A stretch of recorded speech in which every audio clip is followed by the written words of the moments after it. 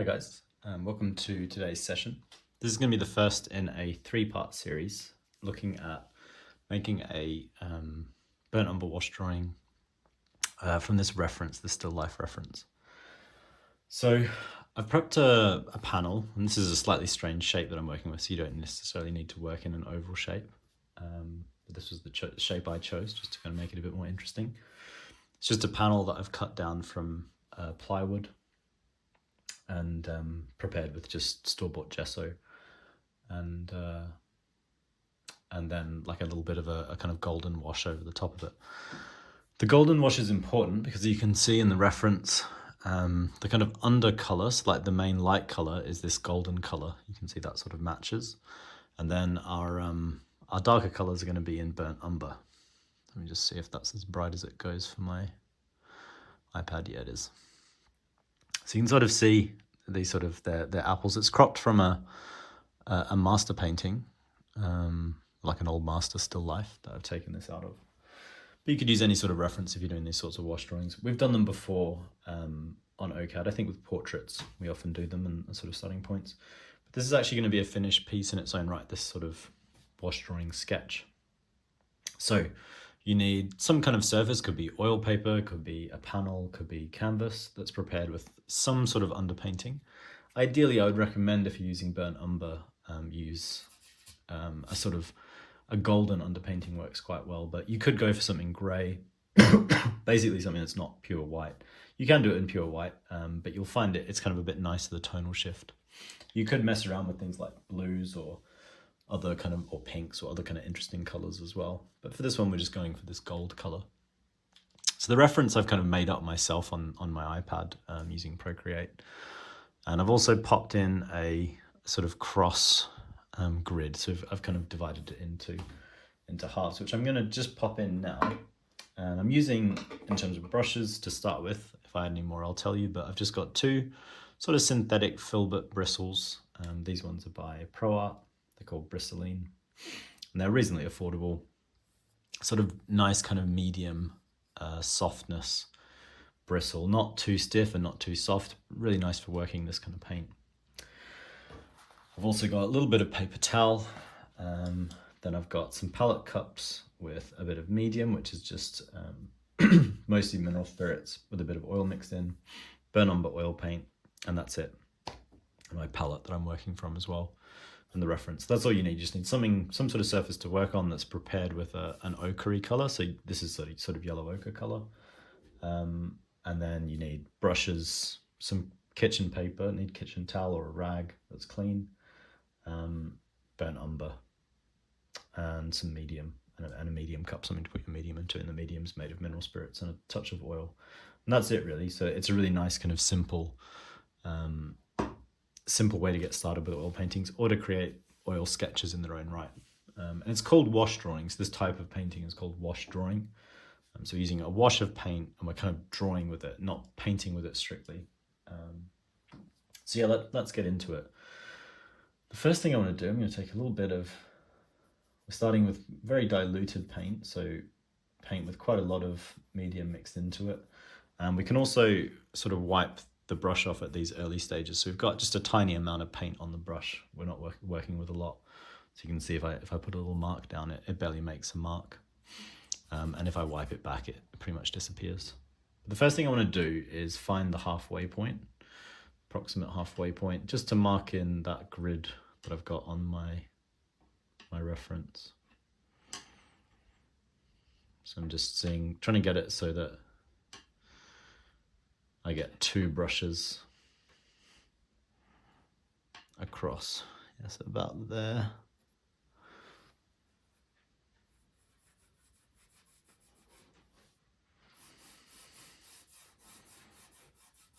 So it's pretty much halfway. If I can follow that along, it takes me to the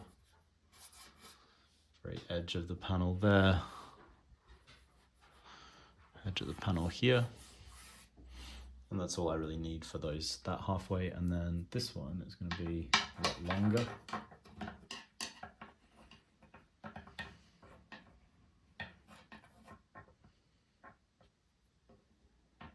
Pretty much the exact length of the brush. up to the tip of the ferrule, so up to about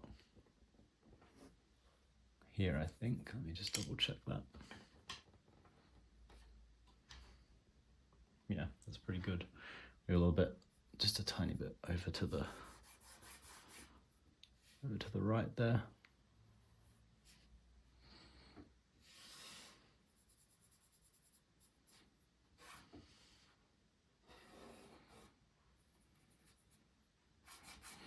There.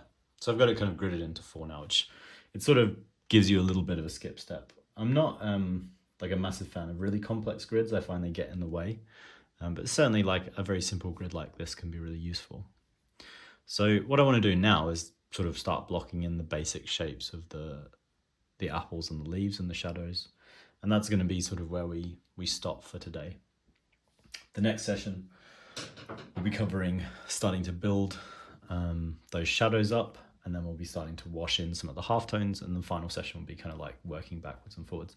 It's actually going to be like I'm working in a single sitting that's going to be about say an hour and 10, hour and 30 minutes long, depending on how long each section is, maybe an hour and 20 to an hour and 30.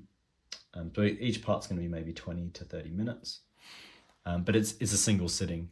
You can work them up in separate sittings, like build the painting up over time, but they kind of work really well as try to get everything down in one, essentially. Yeah, so take a tiny bit more paint, still very diluted. Can wipe it off if I feel like there's too much. And I want to just kind of put in the shapes of each of the different apples, each of the different fruits. So we've got these two fruits meet just above these two kind of meet just above that center line. This one's kind of curving upwards. I'm keeping it very loose. And sort of heads up on a diagonal.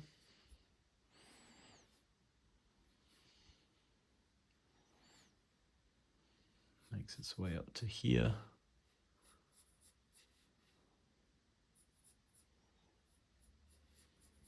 Bends its way down that shape. Probably the actual apple cuts in about there. Then the other side of it reaches across. It's in shadow, but top of it's here. It's almost like a pear, this one. It's quite oblongish.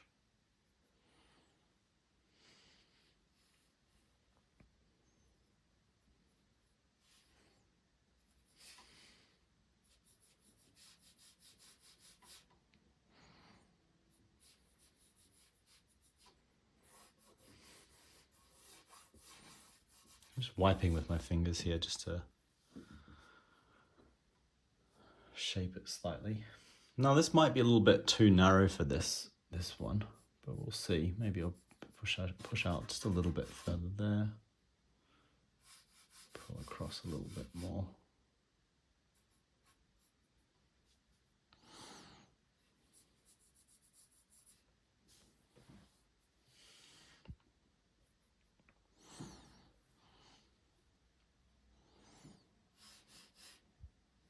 So I can sort of, if I start moving now to this fruit, which is on the left-hand side, I know its width is sort of maybe from about that point up from the center line, and then it goes across, and sort of almost double from that point up to the edge. So quite wide. Again, can kind of look at that angle there.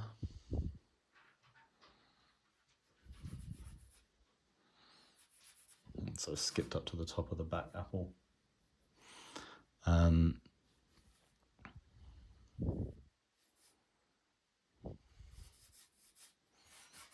So beyond having those initial kind of blocked in, quadrants, I'm pretty much eyeballing it. You can see I'm not sweating too much over the different shapes.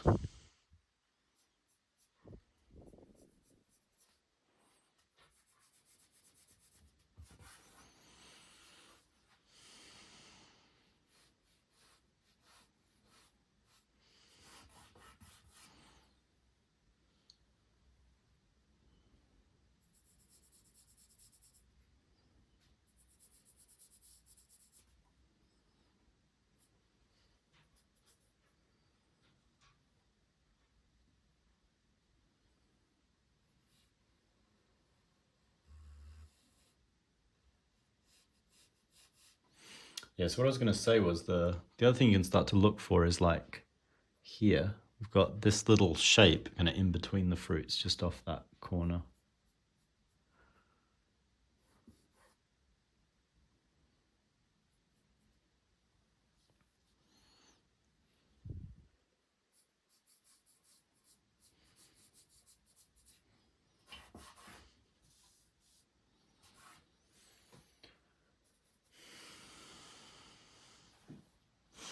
So then we've got the other fruit behind.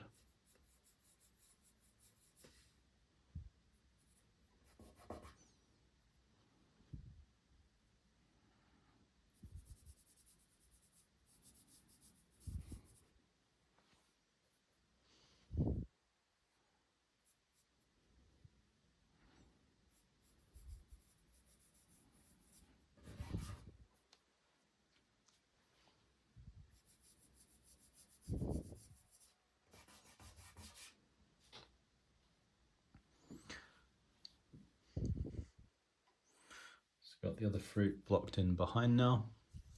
We've got a very large one down here. So this reaches almost to the bottom, certainly well beyond halfway between the halfway mark. So we've got the halfway mark and then the bottom mark, which we match here and here.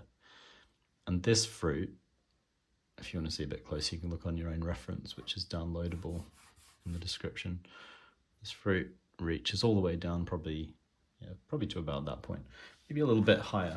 I haven't actually corrected any yet, so I just want to show you how to correct. You just take, I've dipped a little bit of my paper towel into the mineral spirits, and I'm just going to wipe. You can see there, I just wiped back up into it, and it pretty much disappears. We're going to be building the tone everywhere a lot, so if it's like a bit smudgy here and there, don't worry at all at this stage. That's sort of to be expected. You can see when I kind of paint over the mineral spirit wash, it actually kind of bleeds slightly different sort of texture, which you can play around with a little bit if you're interested in that.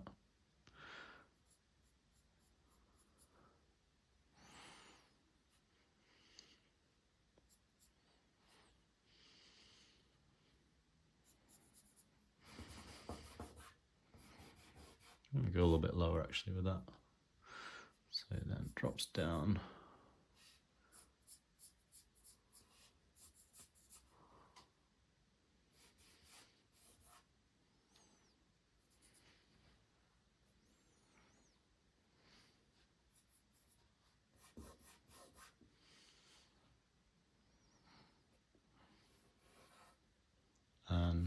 The bottom edge of this fruit is actually below that one, so probably about here if I'm kind of working them relative to each other and kind of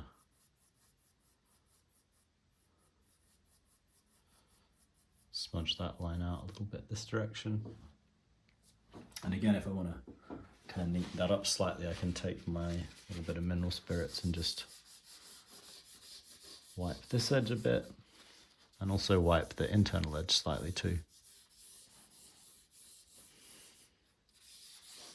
I know that helps a lot.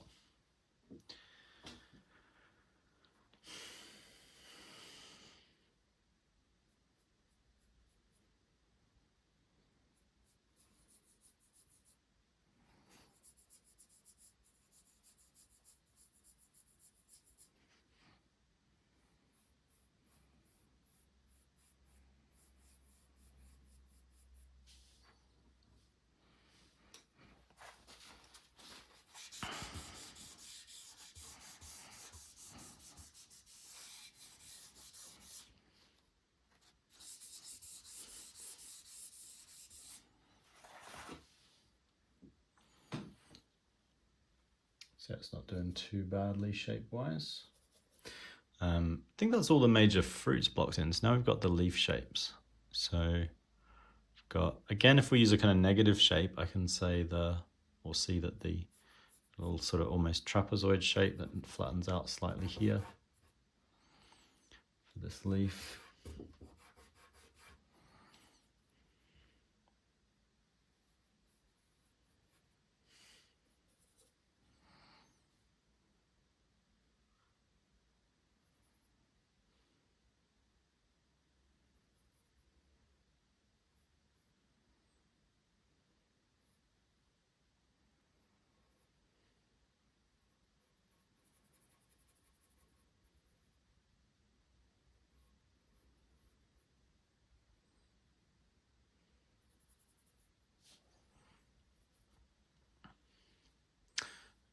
So we've got that part of that leaf.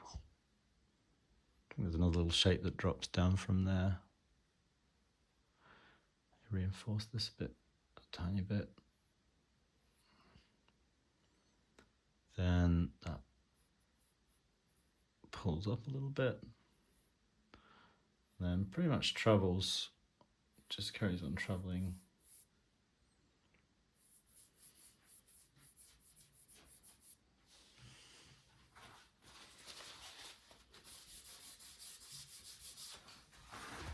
Straight across. And yeah, that's looking all right for that leaf shape. So now we're going to pop up to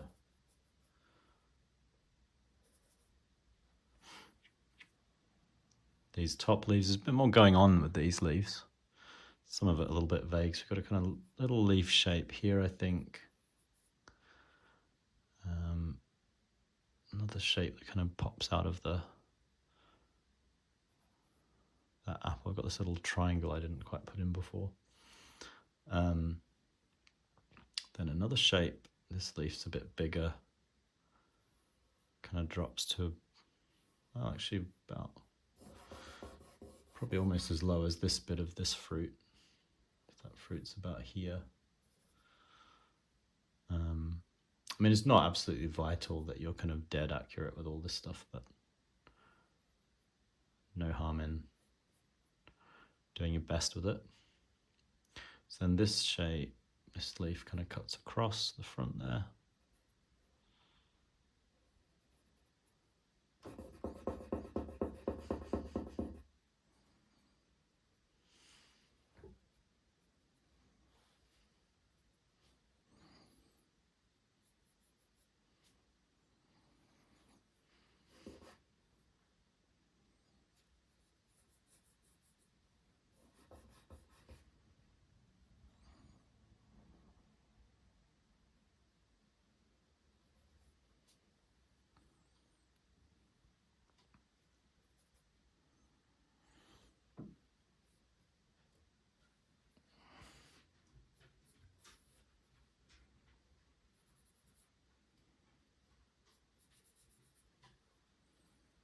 A little bit of a shadow there, which probably won't fill in just yet. We'll be saving that for the next session. So I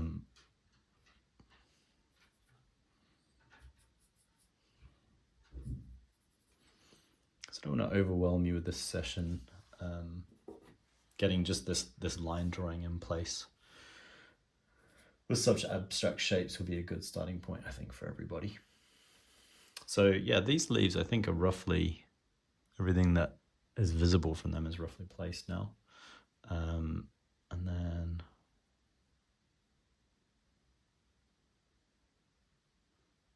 yeah, this maybe a, I don't know if that's a shadow or just a slightly different part of that leaf.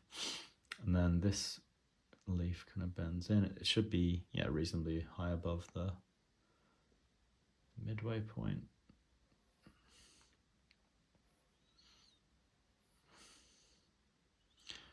And it sort of reaches the tip of it. The first part of the leaf kind of reaches down here.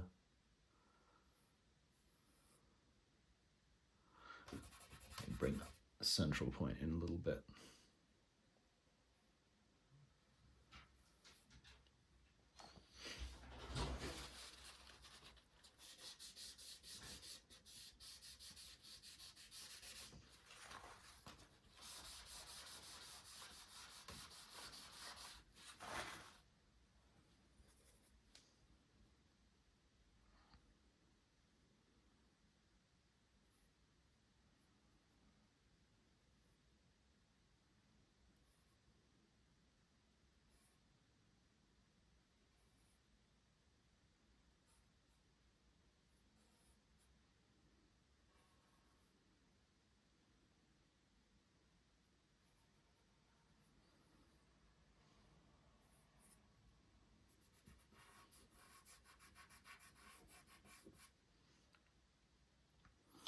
Yeah, that's not looking too bad. So one last thing I'm going to do, last few minutes, we're going to flip the painting and flip the reference as well, because we just want to have a look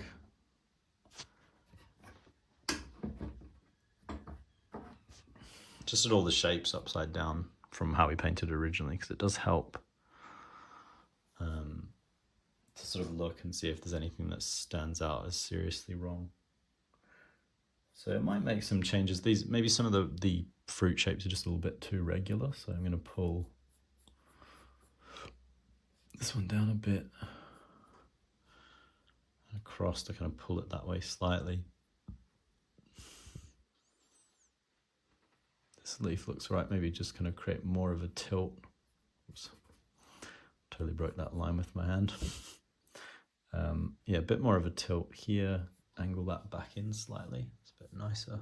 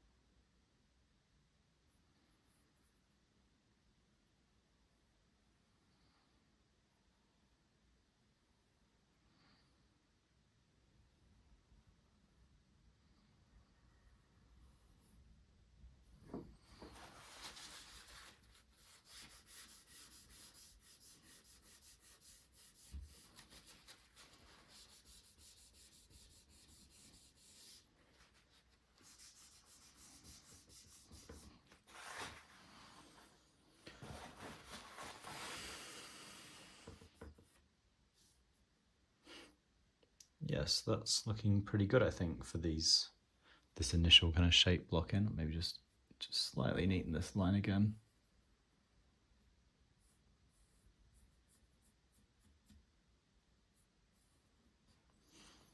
That's looking pretty good. And then we're going to be jumping back in with the next session. As I say, this can follow just naturally on. So I'm painting in 3 sessions. I'm going to take a slight break now and then come back to it.